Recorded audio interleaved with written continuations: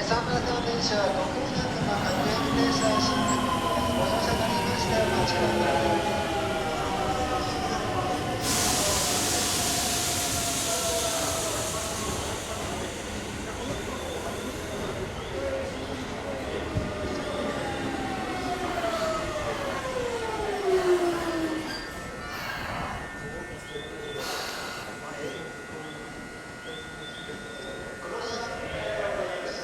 3番線停車中の各駅停車新宿行きはあと1分ほどで発車をいたします。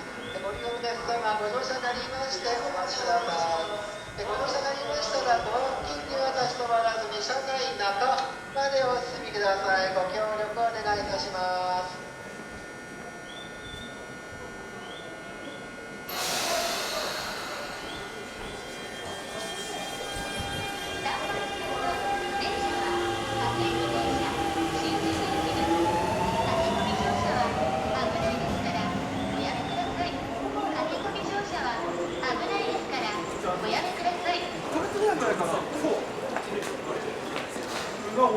連絡しようかなと思ったら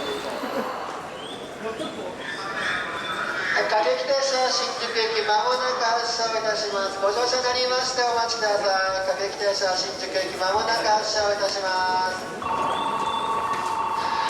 番線扉が閉まります。ご注意ください。3番線扉が閉まります。ご注意ください。